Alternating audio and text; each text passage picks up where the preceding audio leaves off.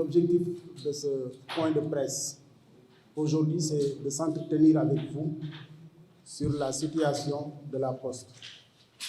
Au regard de l'analyse trop pertinente faite par les organisations syndicales et les organisations socio-professionnelles et de la position très courageuse de la direction générale, il en ressort deux objectifs majeurs.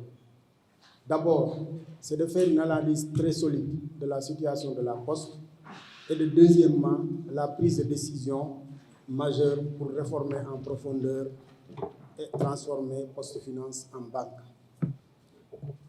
La Poste, à l'instant de toutes les structures, est frappée de plein fouet par la crise due à la Covid-19 et devrait au moins bénéficier des fonds de relance de notre économie.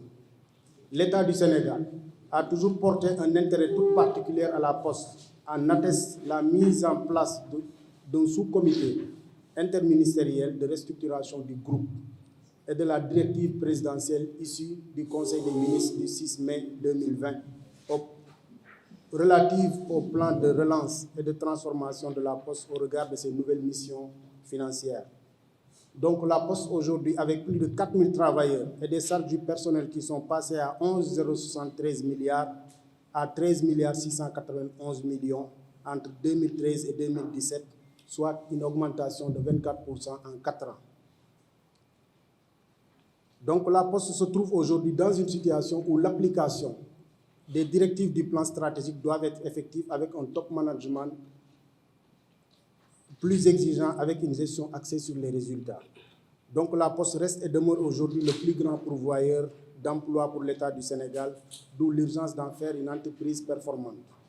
Monsieur le Président de la République, les postiers et les postiers vous seront toujours reconnaissants au regard des différents appuis et soutiens dans le secteur à travers les réactions rapides et efficaces des services de la tutelle financière et de la tutelle technique.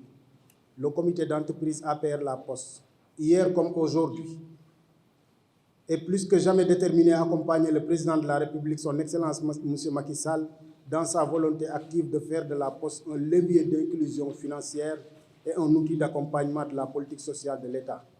Et c'est l'occasion pour nous aujourd'hui de le remercier pour les différentes directives et orientations faites à l'endroit de la tutelle technique et de la tutelle financière. Et au-delà du déficit structurel, lequel ne pourrait être mis sous le dos d'aucun directeur, l'État du Sénégal doit appliquer les recommandations issues du plan stratégique, à savoir l'augmentation de la rémunération du service public qui est passée de 1,3 milliard en 2013 à 6,7 milliards en 2014. Et ce montant a évolué de 12 milliards en 2016. La reconstitution des fonds des tiers, avec au moins un appui substantiel de 75 milliards, et la mise en place d'un mécanisme de compense automatique avec la délégation à la solidarité nationale en matière de paiement des bourses familiales, comme tel est le cas avec le paiement de l'IPRES. Une occasion de plus pour nous de demander à cette délégation à la solidarité de solder la créance de 24 milliards, de 42 milliards qu'il doit à la Poste et qui doit être inscrit dans l'exercice 2021 avec cette fameuse reprise sur provision pour au moins diminuer notre dette. Le soutien de l'État du Sénégal pour la maîtrise des charges de la Poste qui sont passées à 24 milliards en 2017 contre 18 milliards 94 millions 927 675 en 2013. Et au-delà de la dette, de la disponibilité de la trésorerie et de la gouvernance de notre entreprise, nous sommes plus que jamais déterminés à être un comité d'alerte et de veille pour le président de la République qui a toujours soutenu le secteur. Le processus de réforme qui a démarré en 2006 à Poste Finance est plus qu'actuel aujourd'hui. Donc cette filiale mamelle financière de la Poste vient de boucler aujourd'hui 2 exercices comptables excédentaires. Et au-delà de l'acquisition d'un nouveau système d'information et de l'élargissement de son réseau, Poste Finance demeure le moyen par lequel le modèle de réforme sera achevé. Le comité d'entreprise salue la volonté du directeur général de continuer les réformes et de le demander de faire confiance à l'actuelle équipe qui dirige Poste Finance. La question de la compense issue de la signature de la Convention des dettes croisées est aujourd'hui au niveau souhaité par les différentes parties. La politique sectorielle, clairement définie dans le plan Sénégal émergent, montre à suffisance la volonté de M. le Président de la République d'accompagner la Poste dans sa mission de service public et de soutenir les réformes qui sont en cours dans le secteur.